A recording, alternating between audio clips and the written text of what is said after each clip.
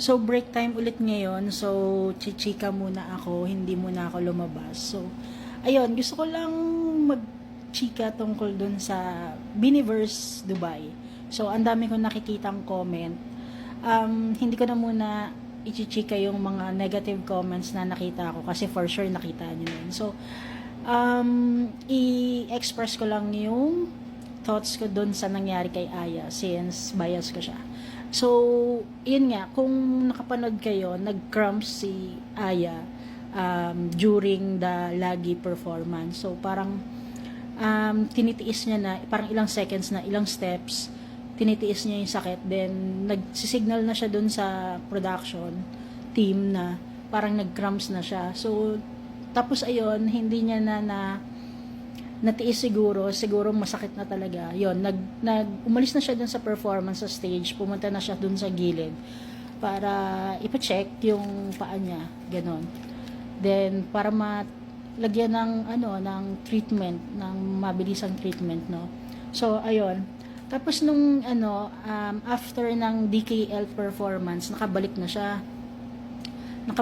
Pero nag-perform siya ng nakaupo. So, yung kumakanta lang. Sa mga nagtatanong kung bakit gano'n, masakit po talaga yung cramps, no, ng leg. Kasi ako, na-experience ko na rin yon na talaga mapapasigaw ka sa sakit. And may nabasa pa akong comment na natural cramps lang daw yon. Bakit parang ang OA? Actually, yung cramps talaga, nawawala agad siya, pero yung pain nandun pa rin yon, 'di ba? Ano siya yung masakit siya, tapos pag once na wala na siya, andun pa rin yung pain nun, mararamdaman mo pa rin. Actually, naranasan ko na yan. Nag-cramps yung dalawa kong legs, halos hindi ako makalakad. Pag nilalakad mo siya, andun, sumasakit pa rin siya. So, siguro ang ginawa is, hindi na talaga siya pinag-perform or pinag-dance, kasi nga, pag once na nag-cramps ka na, iba na yung pakiramdam ng legs mo, hindi na siya makakapag-perform ng maayos kasi nga masakit pa. At the same time, kapag pinilit siya, mas lalong maging malala pa yung mangyari kay Aya. So, mas okay na rin yun na hindi pilitin. So, nagsasabing okay, sana hindi mo maranasan mag-cramp siya. Nawawala siya agad, pero yung pain, nandun pa rin yun. So, ayun. So, nung sumasayaw na nag-continue na yung performance nila, nandun pa rin naman si Aya, kumakanta siya, yung part niya, kinakanta niya. At the same time, yung upper body niya, sumasayaw. So, nandun pa rin yung presence niya. Hindi nga lang siya makasabay dun sa Seven Girls. Pero, ang napansin ko, kung mapapanood niya yung mga performance ng girls, lalo na yung Cherry on Top, talagang nilalapitan nila si Aya para hindi siya ma-left out dun sa performance, which is admirable dun sa mga girls na parang napaka-attentive nila kay Aya, at the same time, napaka-affectionate nila na parang lalapitan nila para hindi ma-left out yung si Aya nga dun sa performance, para belong pa rin siya. At the same time, alam mo, nakaka-boost pa rin ng confidence, 'di ba? Kasi parang makikita mo yung care nung seven girls sa atin nila, na parang okay, kahit anong mangyari, walo tayo magpe-perform, hindi po pwedeng 7 lang, no? So, yun lang, napaka-admirable yung ginawa nila. Professional, yes.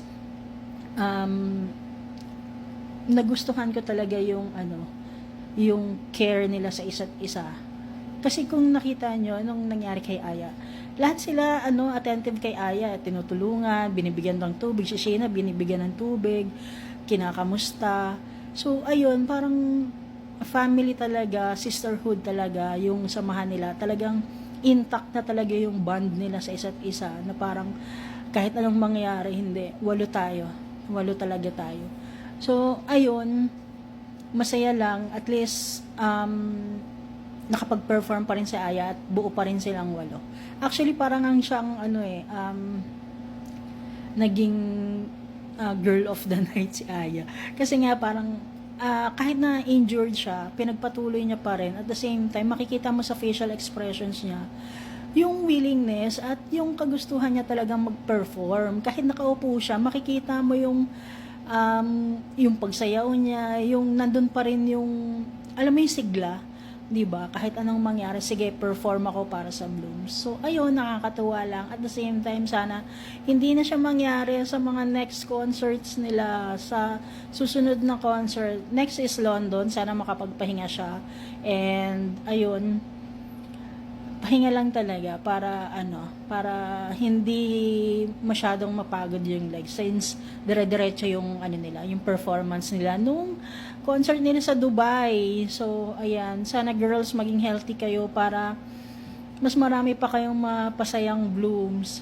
So sa Blooms, thank you sa support nyo, lalo na kay Aya, that talagang nagcha-chant pa yung mga Blooms Dubai para kay Aya. So, ayun lang naman ang chika ko. Yung negative comments, ayoko na lang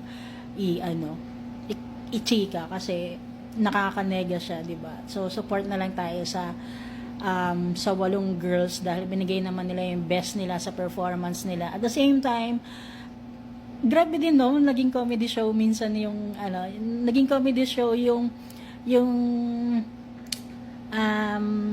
hang time nila.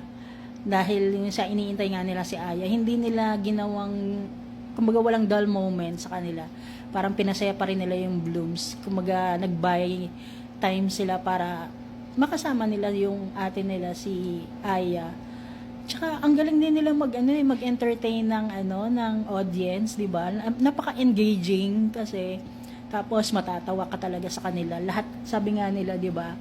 Lahat ng Bini girls may sapak. Kasi nga nakakatawa sila naturally. So ayun guys. Yung sa negative comments tungkol dun sa concert, sana nakita na nung management.